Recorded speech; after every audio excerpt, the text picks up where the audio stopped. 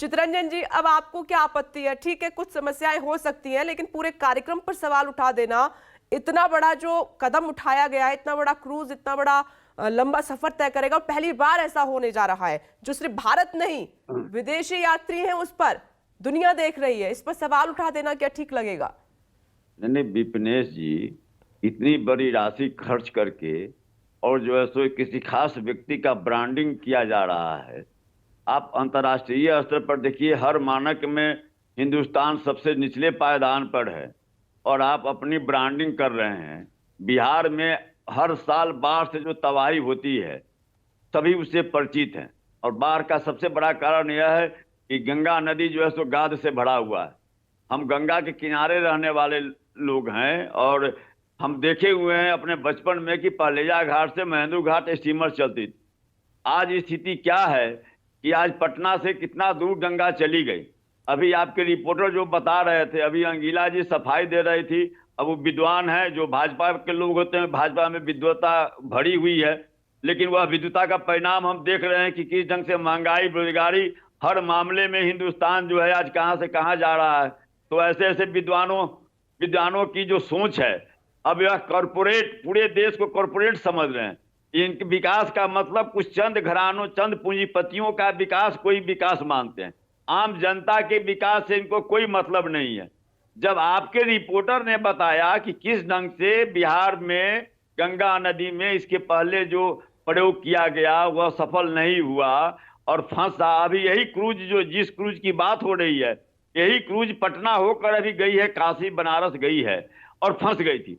तो सवाल यह है कि जब आप ट्रायल में ही आप विफल हो रहे हैं तो केवल अपने ब्रांडिंग करने के लिए पहले तो उसका मूलभूत जो समस्या उसमें है उसका समाधान होना चाहिए। पहले बिहार में जो बाढ़ आती है और जब यह गाद का समस्या जब तक सॉल्व नहीं होगा तब तक किसी ढंग का यह प्रयोग अभी होगा। लंबे चौड़े बैनर छप जाएंगे, मीडिया में आ जाएगा, ब्रांडिंग हो जाएगी, फिर उसके बाद के ही कूड़ेदान में यह क्रूज लगा दिया जाएगा।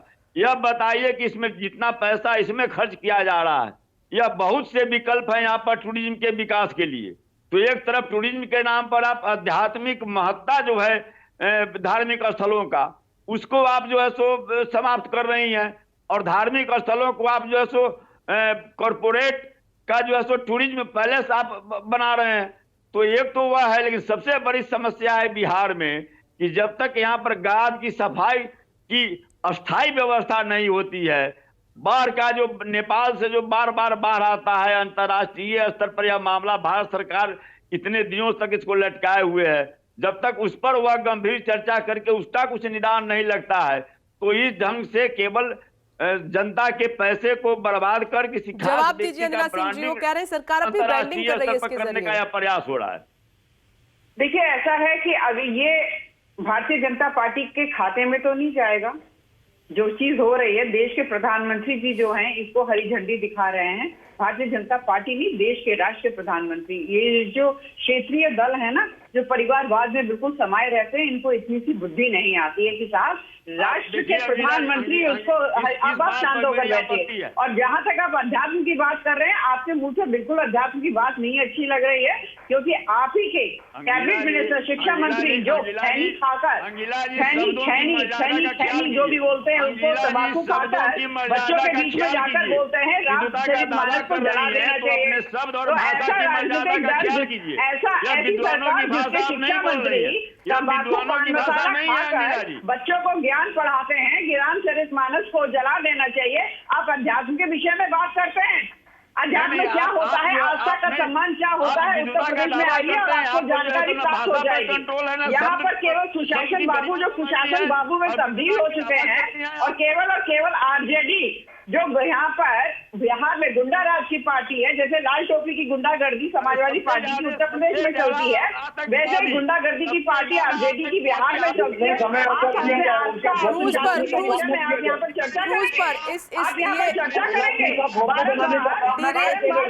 नहीं करेंगे चर्चा को, ठीक है, उस पर हम बाद में बात कर लेंगे। आज हम इस विकास की यात्रा है, जो क्रूज की यात्रा है, इसको लेकर चर्चा कर रहे हैं।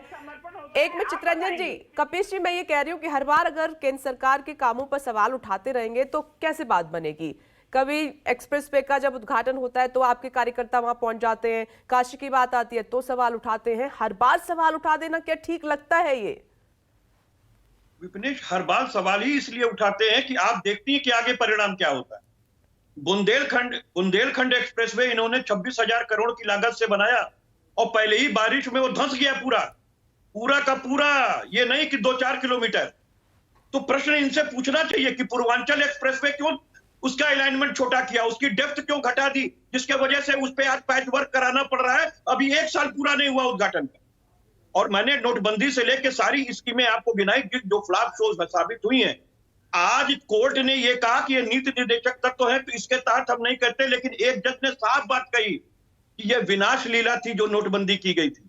आप लौटा नहीं सकते गर्भवती महिलाओं को जिन्होंने बैंकों में जन्म दिया है बच्चों को, और जिनके लोग पैदल चल चल के मरे हैं। हमारे आपके परिवार के ना हुए हैं तो शायद हम लोग को अनुभूति नहीं। लेकिन मैं एक बात कहना चाहता हूं कि जिस पार्टी में इतने बुद्धिमान लोग हैं कि सारी चीजें उल्टी हो जाती हैं, ठीक है, जिसमें इतने बड़े वैज्ञानिक हैं जो कि नाली के गैस से जो है चाय बनाते हैं। और आज तक कपिश जी, चितरंजन जी, जब विपक्ष बार बार सवाल उठाने लगता है तो ऐसे लगता है कि विपक्ष जानबूझकर सवाल उठा रहा है, क्योंकि ऐसा नहीं हो सकता कि हर चीज गलत कर रही हो सरकार। थोड़ी बहुत कमियां रहती हैं, लेकिन देश में अगर सवाल उठाते रहेंगे तो फिर विकास कैसे होगा? तो सवालों के घेरे में ही रहेगा। आप सभी का बहुत बहुत शुक्रिया। और नोटबंदी की बात जो कपिश जी आप कह रहे थे, वहां से तो कोर्ट से भी हरी झंडी मिल गई है सरकार को। बहुत बहुत शुक्रिया आप सभी का ब्रेकिंग विद एजेंडा की इस बहस में शामिल होने के लिए। वक्त इतना ही था। अब इंतजार है काशी में क्रूज गंगा विलास को प्रधानमंत्री नरेंद्र मोदी हरी झंडी दिखाएंगे, वो शानदार तस्वीरें आपको दिखाएंगे। विपक्ष सवाल उठा रहा है, वह सरकार इसे विकास की यात्रा बता रही है। एक छोटा सा ब्रेक, फौरन लौट रहे। नमस्कार, मैं हूं मानक गुप्ता।